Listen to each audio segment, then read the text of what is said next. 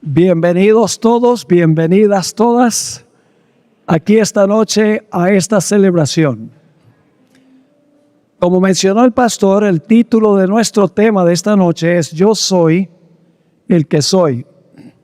Ya el pastor tuvo la oración pidiendo la bendición del Señor, así que vamos a entrar de lleno al estudio de esta noche. El Señor Jesucristo tuvo muchas batallas teológicas con las diferentes sectas judías de su época. Tuvo muchos debates con los fariseos y también tuvo conflictos con los saduceos. El apóstol Pablo, después que Jesús ascendió al cielo, una vez habló sobre la resurrección. Y había presentes allí saduceos y fariseos, y se pusieron a pelear, porque los fariseos y los saduceos tenían creencias distintas. Quiero leer de Hechos 23 y el versículo 7 y 8, la descripción de ese conflicto. Dice así: se produjo disensión entre los fariseos y los saduceos, y la asamblea se dividió, porque los saduceos dicen que no hay resurrección, ni ángel, ni espíritu, pero los fariseos afirman estas cosas. Así que los fariseos creían en la resurrección y los saduceos no creían en la resurrección. Claro, nos preguntamos por qué los saduceos, siendo judíos, no creían en la resurrección de los muertos. Había dos razones.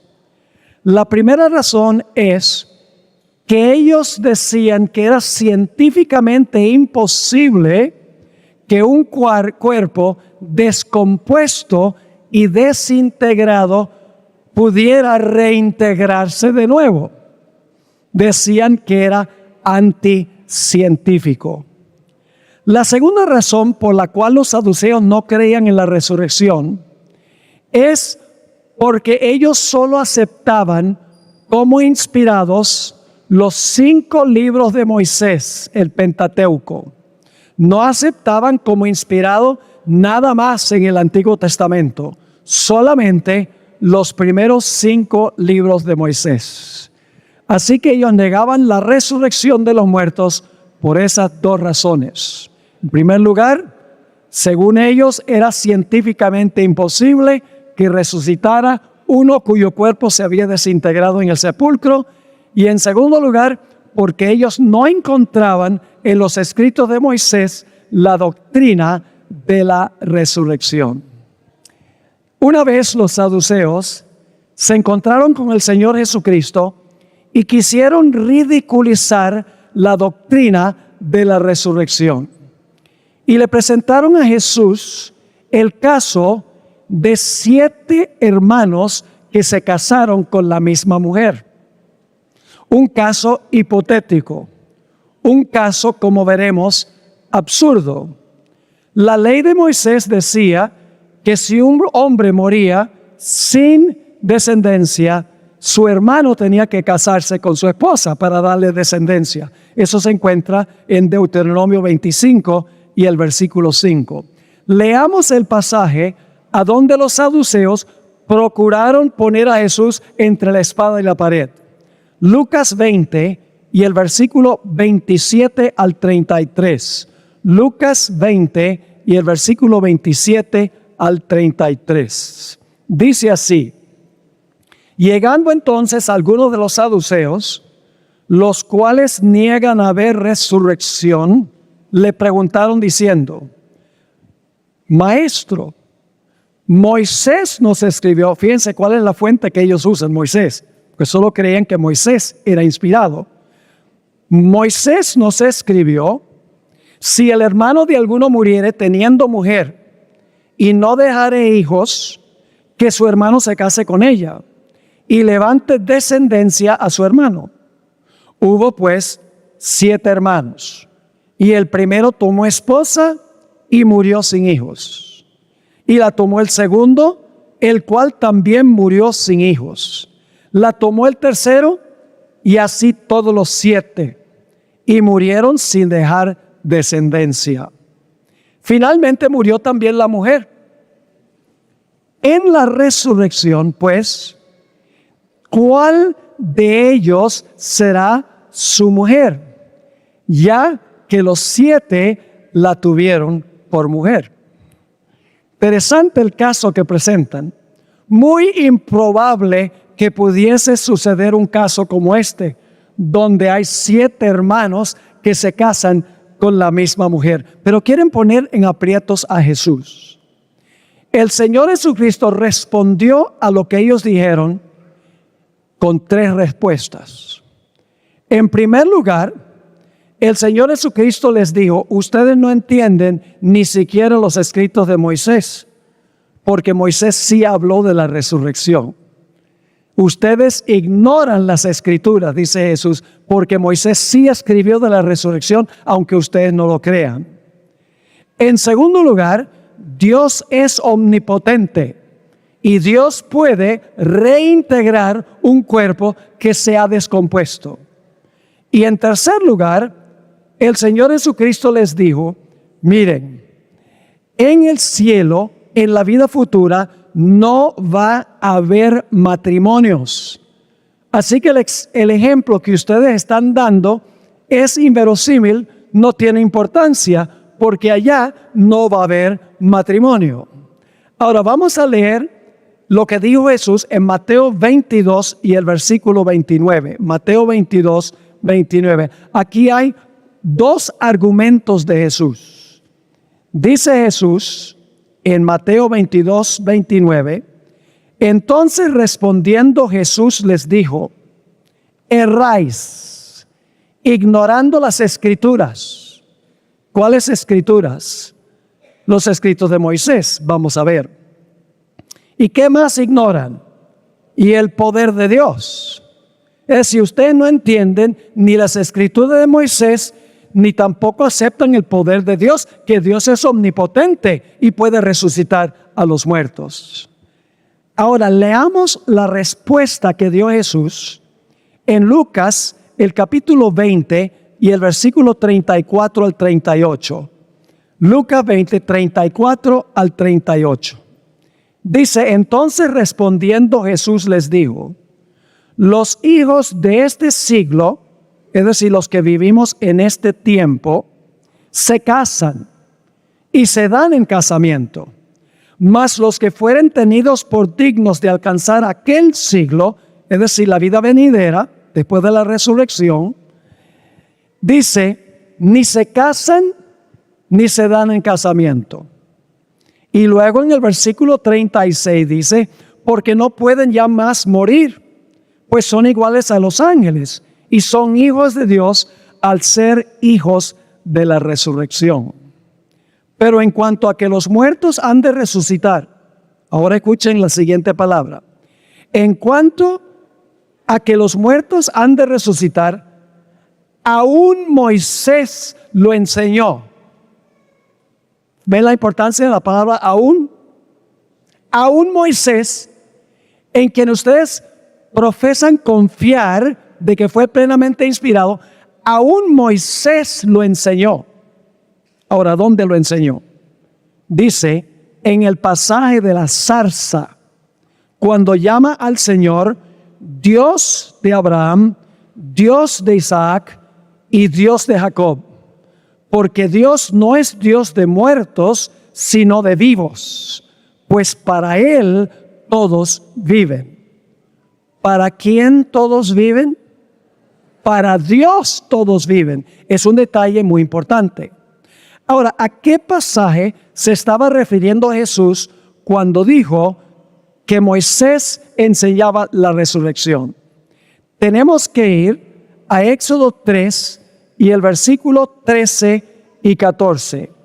Éxodo 3 y el versículo 13 y 14, pero antes vamos a leer el versículo 6. De aquí está sacando Jesús su argumento. Dice en el versículo 6, Dios le está hablando a Moisés y dijo: yo soy el Dios de tu padre, Dios de Abraham, Dios de Isaac y Dios de Jacob. Entonces Moisés cubrió su rostro porque tuvo miedo de mirar a Dios. Ahora, hay un dato muy importante, y es que para el tiempo en que Dios se encontró con Moisés en la zarza, ya Abraham, Isaac y Jacob llevaban varios siglos de muertos.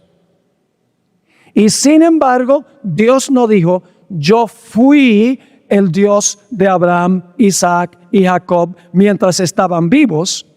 El Señor Jesucristo dijo, después que los tres habían muerto: yo soy el Dios de Abraham, de Isaac y Jacob, porque para Él todos viven. Vamos a los versículos 13 y 14 ahora.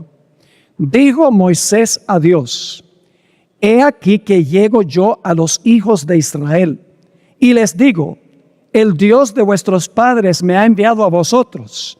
Si ellos me preguntaren: ¿cuál es su nombre?, ¿qué les responderé? Y respondió Dios a Moisés: yo soy el que soy. Y dijo así dirás a los hijos de Israel: yo soy, me envió a vosotros. ¿Cuál es el nombre predilecto de Dios? No el que era, yo fui, ni el que será, yo seré, sino yo soy. Es decir, que aunque Abraham, Isaac y Jacob ya estaban muertos, para Dios, para Él estaban vivos. Ahora, ¿qué significa eso? Quiero leerles una cita muy interesante de una escritora, donde ella explica el significado de yo soy. Dice así: yo soy significa una presencia eterna. El pasado, el presente y el futuro son lo mismo para Dios. ¿Cómo? El pasado, el presente y el futuro son lo mismo para Dios. Él ve los eventos más remotos de la historia pasada y los del futuro muy lejano con una visión tan clara como nosotros vemos las cosas que están ocurriendo a nuestro alrededor diariamente. ¡Qué cita extraordinaria! Ahora, nosotros que vivimos en la historia, para nosotros la historia tiene segmentos.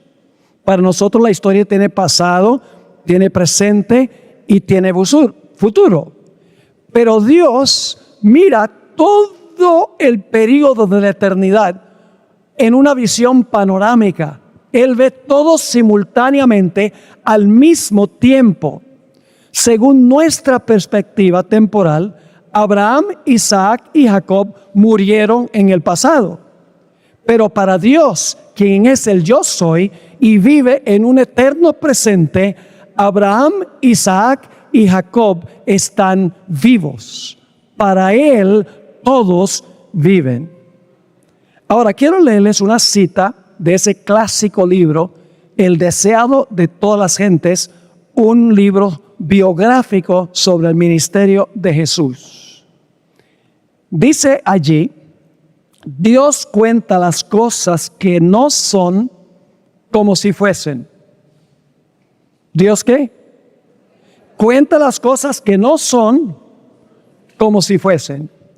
Él ve el fin desde el principio y contempla el resultado de su obra como si estuviese ya terminada. Los preciosos muertos, desde Adán hasta el último santo que muera, oirán la voz del Hijo de Dios y saldrán del sepulcro para tener vida inmortal. Dios será su Dios y ellos serán su pueblo. Habrá una relación íntima y tierna entre Dios y los santos resucitados. Esta condición, es decir, esta condición de la resurrección futura, dice ella, esta condición que se anticipa en su propósito, es contemplada por Él como si ya existiese. Para Él los muertos viven. Ella no le está agregando a la Biblia, porque en el pasaje que leímos de Lucas 20 dice, para Él todos viven. Para nosotros que somos cautivos del tiempo, lo que fue y lo que es y lo que será son tres cosas distintas. Lo que fue ya pasó. Lo que es está ocurriendo. Y lo que será está aún en el futuro.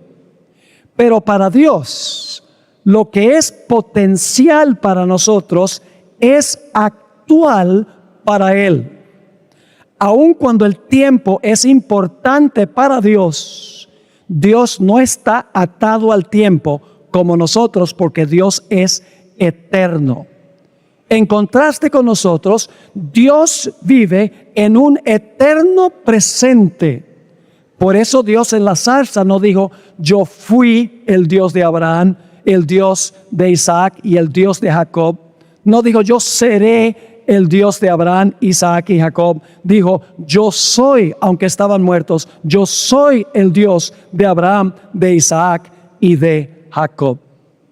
Según nuestra perspectiva, ellos están muertos. Cuando Dios le habló a Moisés en la zarza, habían muerto varios siglos antes. Pero para Dios estaban vivos porque Dios vive en un eterno presente. Ahora, no me pidan que lo explique, porque nosotros no vivimos en un eterno presente. Nosotros somos temporales. Para nosotros el pasado es pasado, el presente es presente, el futuro no ha llegado aún. Pero Dios no tiene que esperar que las cosas sucedan para que para Él sucedan, porque Dios sabe exactamente qué es lo que va a pasar. Déjenme darles un ejemplo. Yo pregunto, ¿el Antiguo Testamento decía cuándo iba a nacer Jesús? Sí. ¿Decía dónde iba a nacer? ¿En Belén? ¿El Antiguo Testamento? ¿Cómo no? ¿La Biblia dice que le iba a anunciar una estrella?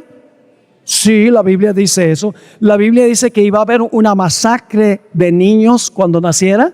Sí. ¿La Biblia dice que se iba a refugiar en Egipto? Sí. ¿La Biblia dice que en la cruz le iban a dar vinagre a beber? 1000 años antes se escribieron estas cosas.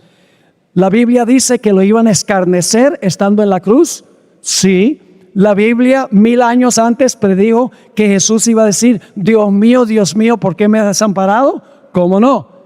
Inclusive en el Salmo 31 y el versículo 5, escrito 1000 años antes de la muerte del Señor Jesucristo, dice que Jesús iba a decir, Padre, en tus manos encomiendo mi espíritu. Para los que vivieron en el Antiguo Testamento, todo eso era futuro.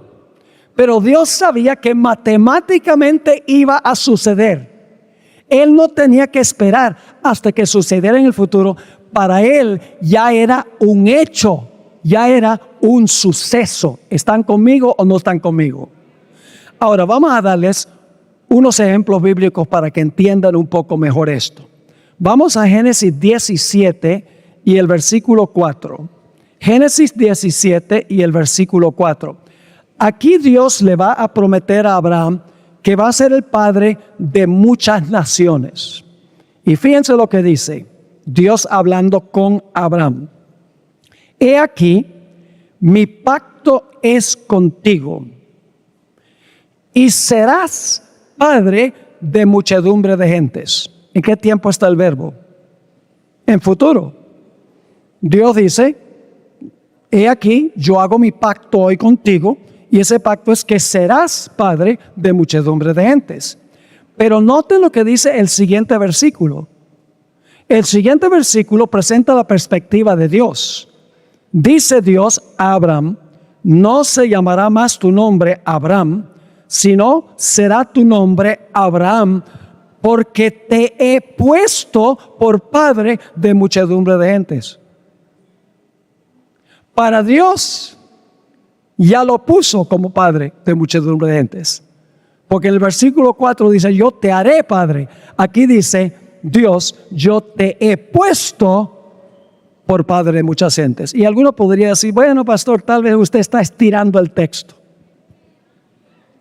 Pues dejemos que el apóstol Pablo nos explique estos versículos. Vayan conmigo a Romanos, el capítulo 4 y el versículo 17. Romanos 4 y el versículo 17.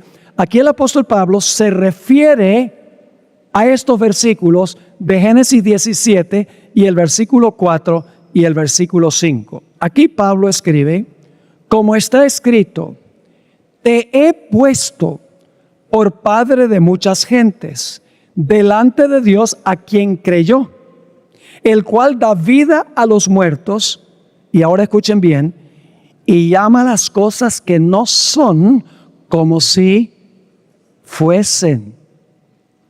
Yo pregunto, ¿Dios tuvo que esperar hasta que Abraham llegara a ser padre de muchas gentes? Cuando Dios le dio la promesa, ni siquiera había nacido Isaac. Pero Dios veía tan claramente lo que iba a ocurrir y sabía que matemáticamente iba a ocurrir, que para Dios ya había ocurrido. ¿Cuán seguros podemos estar que cuando la Biblia dice algo, podemos confiar que va a pasar exactamente como dice la Biblia? Así que sigue diciendo, llama las cosas que no son como si fuesen. Él creyó, Abraham creyó, en esperanza contra esperanza, para llegar a ser padre de muchas gentes, conforme a que se le había dicho, así será tu descendencia. Quiero leerles cómo traduce la Nueva Versión Internacional. Dice, Dios llama las cosas que no son como si ya existieran.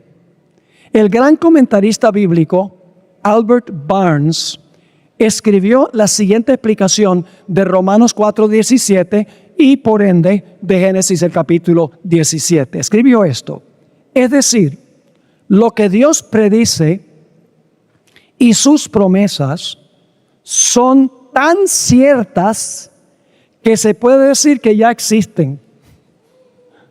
¿Captaron eso? Lo leo de nuevo.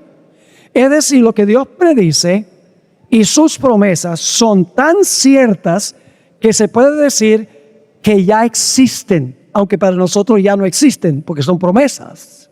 Sigue diciendo, de modo que en el caso de Abraham, Dios, en vez de prometer simplemente que lo haría padre de muchas naciones, habla como si ya fuera un hecho. Yo te he hecho.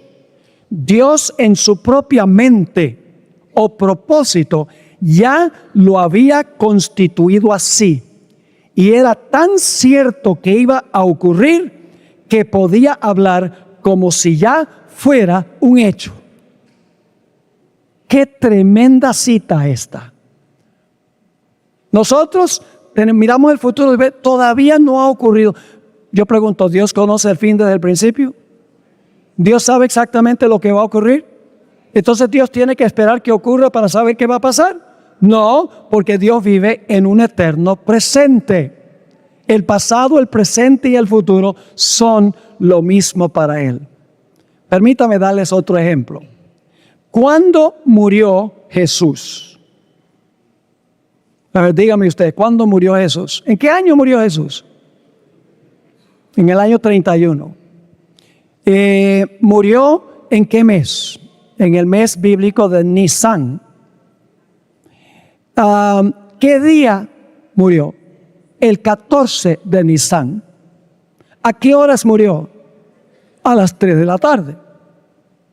Según nuestra perspectiva. Pero no son conforme a la perspectiva de Dios. Y ustedes dicen, ¿cómo es eso? Vayan conmigo a Apocalipsis 13 y el versículo 8. Apocalipsis 13 y el versículo 8. Está hablando de los que al final de la historia van a adorar a la bestia. Y dice lo siguiente, y la adoraron todos los moradores de la tierra, cuyos nombres no estaban inscritos en el libro de la vida del Cordero, ahora escuchen esto, que fue inmolado desde el principio del mundo. ¿Cuándo fue inmolado Jesús? ¿Cuándo? Según la perspectiva de ¿quién? De Dios. ¿Creen ustedes que Dios sabía el año y el mes y el día y la hora que iba a morir Jesús? Entonces, ¿en qué dimensión vive Dios? Para Dios eso era presente porque era absolutamente real que iba a ocurrir. ¿Están entendiendo esto? Ahora fíjense, en 1 de Pedro 1, 19 y 20, encontramos un texto que nos da la perspectiva de Dios y la perspectiva nuestra. 1 de Pedro 1, 19 y 20. El contexto dice, Dios nos redimió con la sangre preciosa de Cristo, como de un cordero sin mancha y sin contaminación. Ahora escuchen bien, ya destinado desde antes de la fundación del mundo. Esa es la perspectiva de ¿quién? Destinado antes de la fundación del mundo. Esa es la perspectiva de Dios. Pero luego sigue diciendo lo siguiente, pero manifestado, es el cumplimiento, manifestado en los postreros tiempos por amor de vosotros. Así que para Dios el sacrificio de Cristo era algo presente en el pasado, porque Él es el yo soy. Él vive en un eterno presente. Vamos a dar otro ejemplo. ¿Cuándo inscribe Dios los nombres de los salvos en el libro de la vida y los nombres de los perdidos no los escribe en el libro de la vida? Pues vamos a buscar en nuestras Biblias Apocalipsis 17 y el versículo 8. Apocalipsis 17 y el versículo 8.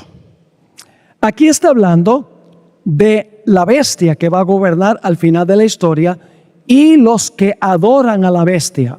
Dice allí en Apocalipsis 17, 8, la bestia que has visto era y no es, y está para subir del abismo e ir a perdición.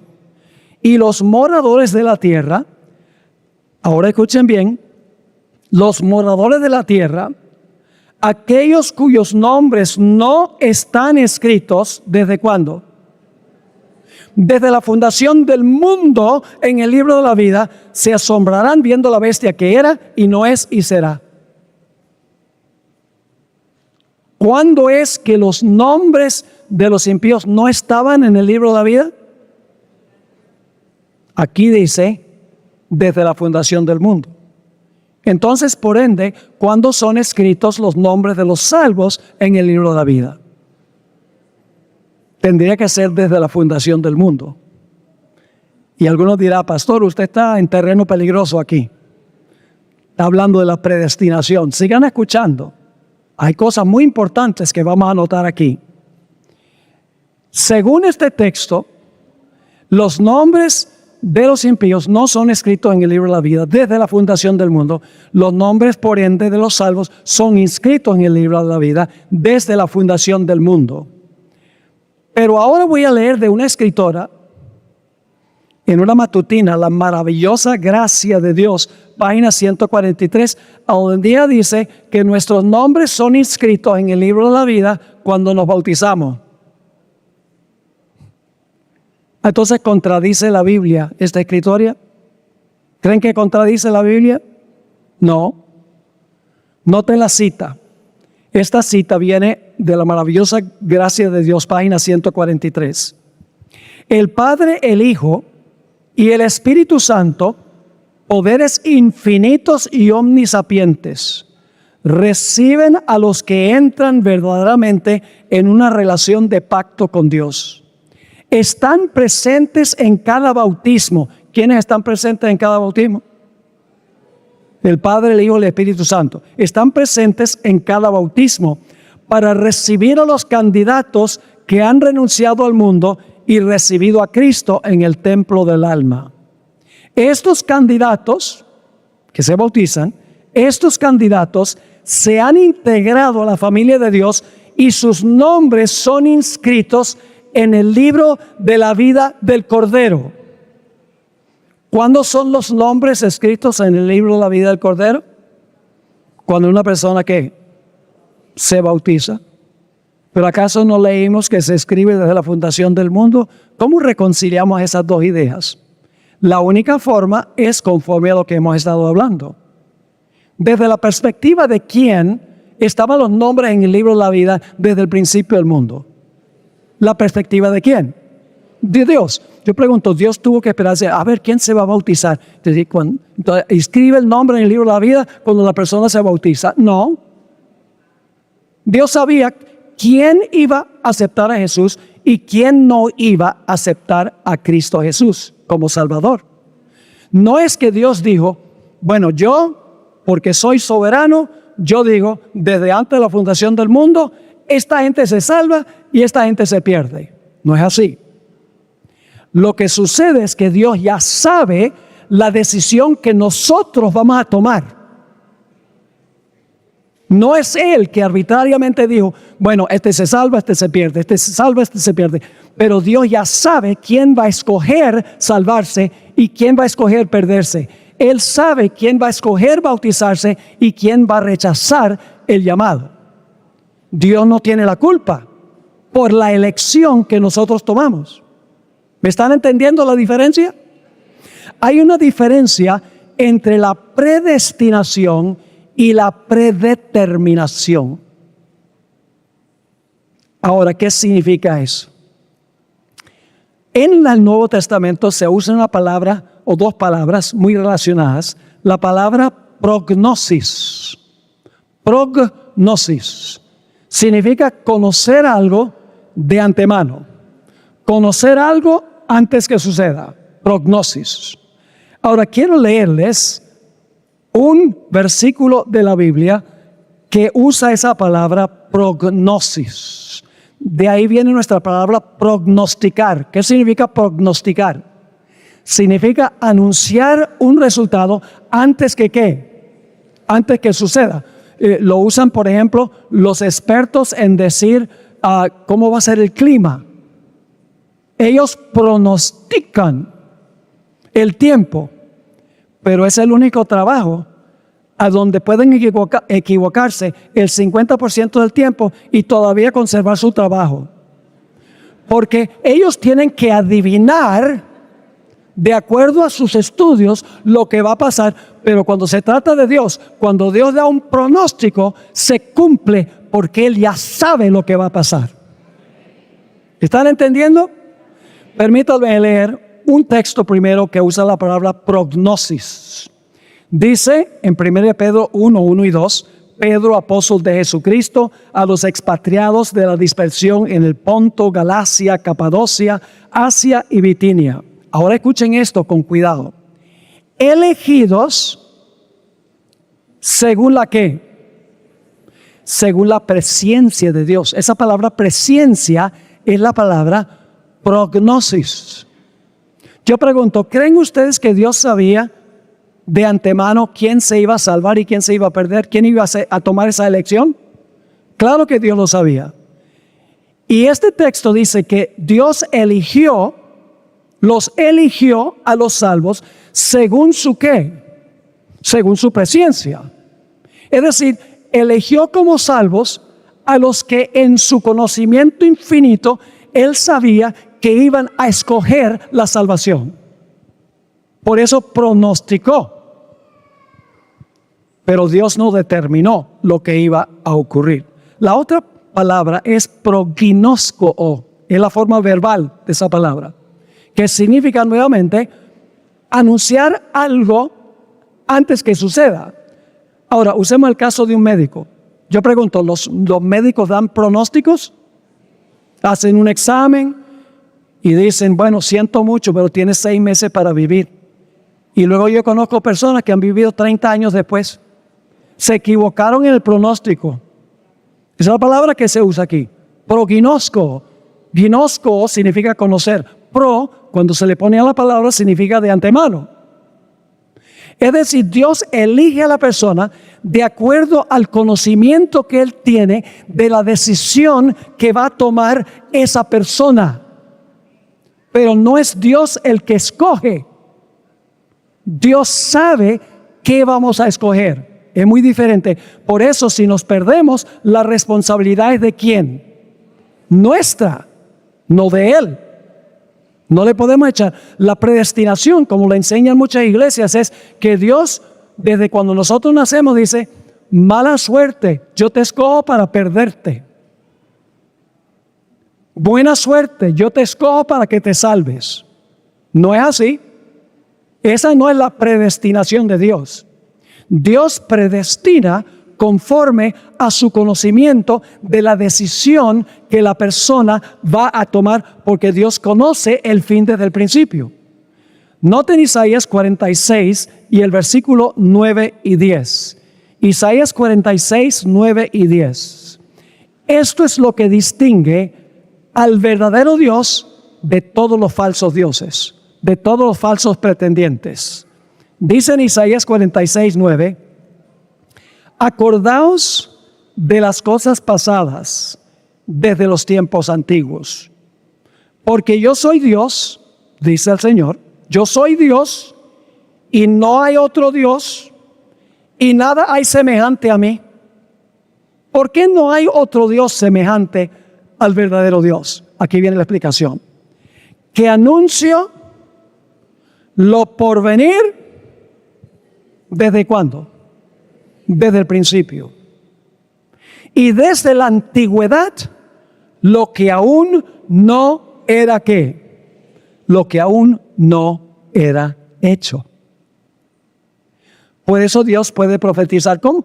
¿Por qué puede profetizar Dios que iba a haber en Daniel 2 4 naciones? Babilonia, Medo-Persia, Grecia, Roma, y que luego Roma se iba a dividir en 10 reinos. Entre los 10 reinos se iba a levantar un cuerno pequeño. ¿Cómo es que Dios pudo anunciar que eso iba a ocurrir centenares y miles de años antes que ocurriera? Yo pregunto, ¿iba a cumplirse eso precisamente como Dios lo dijo? Sí, porque Dios vive en un eterno ¿qué? Presente. Dios no tuvo que esperar que se levantara Medo-Persia, ni que se levantara Grecia, ni que se levantara Roma, ni que se dividiera el imperio romano, ni que apareciera luego el cuerno pequeño entre los 10 cuernos. Dios no tenía que esperar hasta que eso sucediera, porque Dios ve todo el panorama de la eternidad desde una perspectiva donde Él capta todo al mismo tiempo. Ahora, tomemos 2 ejemplos bíblicos. El caso de Jacob y Esaú. ¿Saben que antes que ellos nacieran, Dios dijo que el mayor iba a servir al menor? Y que Dios iba a amar a Jacob e iba a aborrecer a Esaú. Desde antes que naciera, cuando estaba en el vientre de su madre. Ahora, ¿lo determinó Dios así? ¿Dios lo determinó así? ¿Dios lo predestinó así? ¿Lo predeterminó? No. ¿Sabía Dios cómo iba a ser el carácter de Jacob y cómo iba a ser el carácter de Esaú? Claro que lo sabía. Y a base de eso hizo el anuncio antes que nacieran de lo que iba a hacer. Pero Dios no obligó a Esaú a hacer lo que fue Esaú, ni a Jacob lo que fue Jacob. Dios sencillamente pronosticó, prognosis a base de su conocimiento infinito. ¿Están entendiendo o no? Tomemos otro ejemplo. El ejemplo de Judas Iscariote. ¿Saben que 1000 años antes que Jesús viniera a esta tierra, en el Salmo 69 y en el Salmo 109, ya se había anunciado, no por nombre, pero se había anunciado que un personaje iba a traicionar a Jesús, no iba a regresar a su casa, es decir, se iba a suicidar, y que era necesario que se eligiera un sucesor en su lugar. El apóstol Pedro se refirió a esto en Hechos el capítulo 1 y el versículo 20, a donde iban a elegir al sucesor de Judas, Pedro citó los salmos. Él dijo, esto ya había sido anunciado, ya Dios lo pronosticó. Dios no lo determinó. ¿Me están entendiendo lo que estoy diciendo? Dios no dijo, Judas, mala suerte. Yo te predetermino para que entregues al Mesías. Y Judas dice, bueno, acepto. ¿Qué voy a hacer? Y le dice a Pedro, bueno, Pedro, te voy a dar las llaves del reino. No se las había dado, pero era tan seguro que le iba a dar las llaves del reino como si hubiera ya sucedido. Ahora, fíjense las palabras de Pedro en Hechos 1 y el versículo 20. Porque está escrito en el libro de los Salmos, sea hecha desierta su habitación. Es decir, no iba a volver a su casa. Y no haya quien more en ella. Y tome otro su oficio. 1000 años antes, ya se había predicho que iba a pasar con Judas. Pero no porque Dios lo determinó así, sino porque Dios sabía el carácter que Judas iba a desarrollar por su propio libre albedrío, por su propia elección. Ahora déjenme darles una ilustración para que puedan entender un poco mejor. Quiero que se imaginen un tren. ¿Hay trenes aquí en Costa Rica? Yo vi unos rieles por ahí. Nunca sabía que en Costa Rica había trenes. Pero quiero que se imaginen unos rieles de un tren. Y el tren viene por el riel y llega a una encrucijada a donde hay rieles que van a la derecha y otros rieles que van a la izquierda. Ahora, hay dos formas en que el tren puede ir para un lado o para otro lado. Puede haber una persona fuera del tren a control remoto, controlando en qué dirección se mueve el tren cuando llega a la encrucijada. En ese caso, el tren no tiene nada que decir en cuanto a cuál rumbo va a tomar el tren, porque la decisión de cambiar los rieles se hace en una caseta fuera del tren.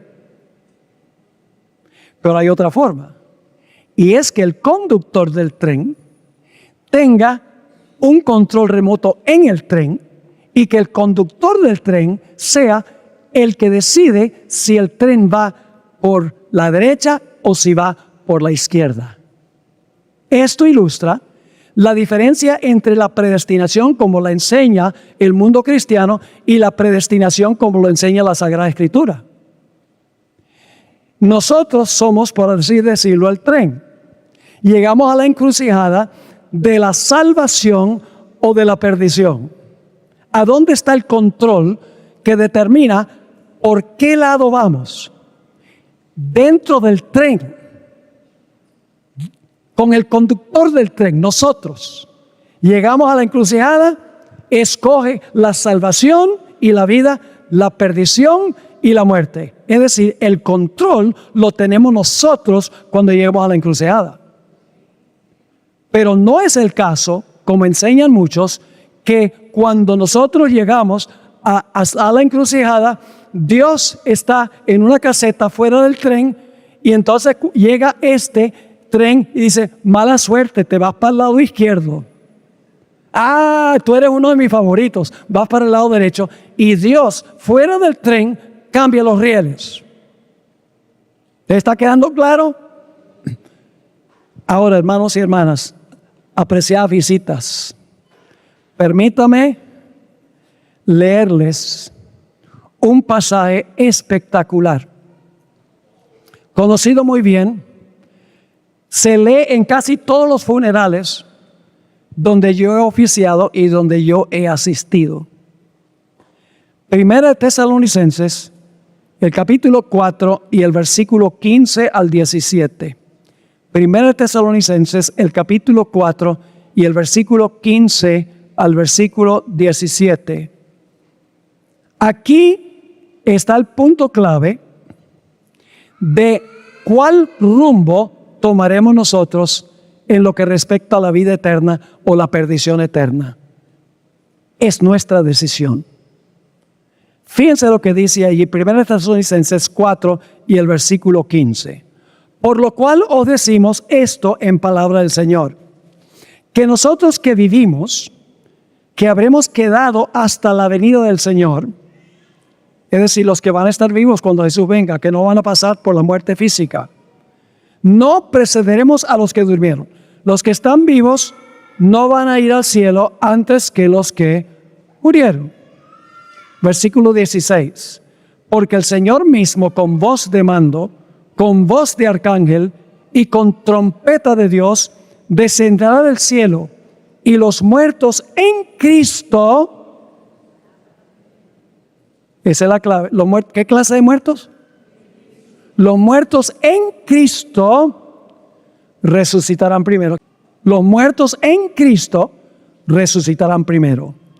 Luego nosotros los que vivimos, los que hayamos quedado, seremos arrebatados juntamente con ellos en las nubes para recibir al Señor en el aire, y así estaremos siempre con el Señor. Ahora surge la pregunta, ¿cómo llegamos nosotros a estar en Cristo? Saben, yo viajo muchísimo. Mi esposa me dice que viajo demasiado y tiene razón. En una sola empresa aérea, yo he viajado en los últimos 20 años más de 9 millones de kilómetros. En una sola empresa, y viajo por otras también. Y no falta alguien que me pregunte, Pastor Bor, ¿usted no tiene miedo de montarse en un avión? Yo le digo, no tengo ningún miedo. ¿Por qué voy a tener miedo? Porque el avión se puede caer. ¿Y cuál es el problema? Se muere. ¿Y cuál es el problema? Un cristiano que está en Cristo no tiene miedo de morir, porque está en Cristo.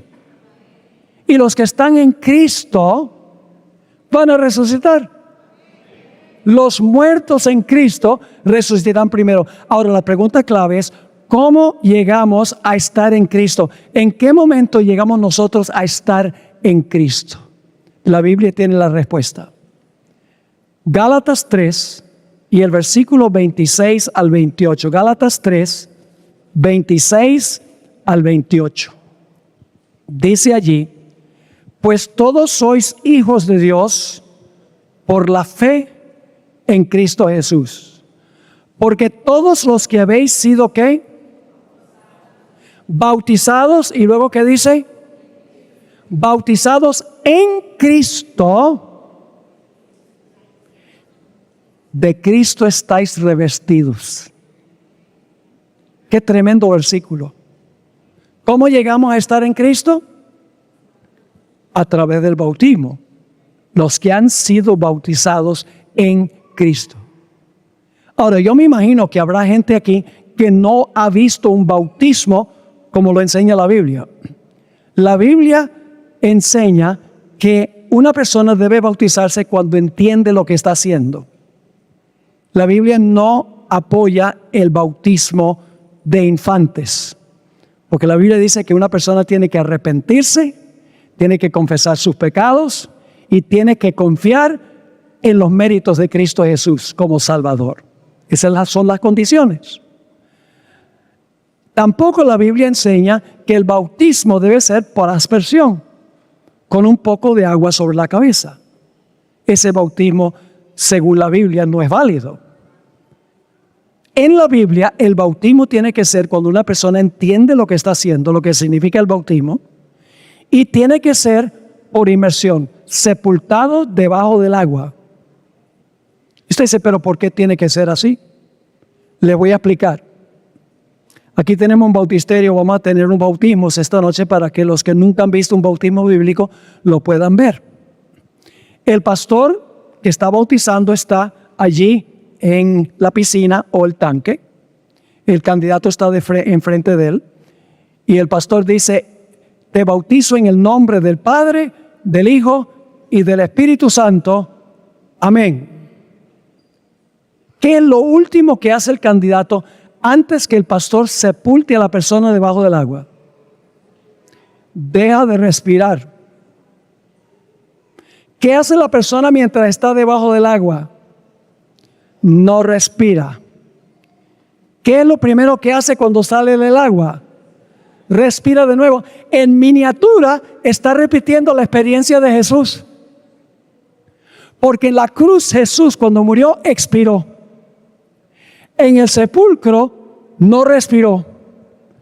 Pero cuando resucitó, respiró de nuevo. Y en el bautismo nosotros nos incorporamos en Jesús. Llegamos a participar de su experiencia y entonces estamos en Cristo, estamos en Él. Dios ya no nos mira a nosotros, nos mira a nosotros en Él. Somos aceptos en el amado. Todo nuestro pasado es sepultado en las aguas y Dios nos mira como si nunca hubiéramos pecado. Dios sabía quién iba a venir acá esta noche. ¿Usted cree que Dios sabía desde la eternidad quién iba a venir aquí? Dios sabía quién iba a responder al llamado de recibir a Cristo y manifestarlo a través del bautismo. Dios sabía. Dios lo sabía. No lo determinó así, pero Dios sabía que iba a venir esta noche. Y Dios sabía que se iba a hacer un llamado para que tú, por tu decisión propia, entregaras tu vida a Cristo Jesús como Salvador personal. Lo sabía. No lo determinó así. Pero no es un accidente. No es una coincidencia que estés aquí en esta noche. Dios te ha traído acá para este momento. Dios lo vio desde la eternidad y Dios está dando la oportunidad para que tú tomes tu decisión esta noche. Yo quiero preguntar, ¿hay personas aquí que todavía no han pasado por este glorioso paso del bautismo, de sepultar su vida vieja, no importa cuán terrible haya sido, para resucitar a una vida nueva en Jesús, ser acepto en el amado? ¿Hay alguien que quiere decirle al Señor Jesucristo esta noche, yo quiero tomar mi decisión esta noche de bautizarme y entregar mi vida al Señor Jesús? Tomo esa decisión esta noche. No significa que te vas a bautizar esta noche porque hay una preparación, pero estás tomando la decisión que Dios conoció desde los siglos de la eternidad. ¿Hay alguien que quiere colocarse de pie en esta noche y decir eso al Señor Jesús? Yo tomo mi decisión esta noche de entregar mi vida completa y totalmente al Señor Jesucristo como mi Salvador personal. ¿Quieres ponerte de pie? Yo quiero tener una oración esta noche antes de que terminemos esta reunión. ¿Podría pedirles por favor que vengan aquí, tenerlos cerca, vengan aquí al frente, los que se vayan poniendo en pie? Y yo quiero tener una oración especial para los que están tomando la decisión en esta noche. Si entiendes lo que estudiamos, aprovecha esta oportunidad de responder al llamado, no del pastor Bor, al llamado del Espíritu Santo que te está llamando esta noche. Gloria a Dios. Tenemos ya varias personas que están respondiendo al llamado. Vamos a tomar unos momentos para que todos los que deben responder esta noche lo hagan. Gloria a Dios. Mientras escuchamos la música del piano, vamos acercándonos. Yo voy a orar por todas estas personas, por la decisión que han tomado en esta noche. Yo sé que hay otras personas aquí que todavía no han tomado esta decisión. Dios te llama esta noche. Como mencioné, Dios sabía que tú ibas a estar esta noche y que se iba a hacer este llamado, que Dios te iba a dar la oportunidad para recibir a Cristo como tu Salvador personal. Gloria a Dios. Tenemos algunos más aquí. Yo sé que hay otros. Tenemos este lindo grupo acá. Señor les bendiga. Gloria a Dios. Pero no quiero concluir este llamado sin que todos los que deben responder vengan al frente en este momento para responder al llamado del Señor Jesús. La Biblia dice, hoy es el día de la salvación, no mañana. La Biblia dice, si hoy oyeres su voz, no endurezcas tu corazón.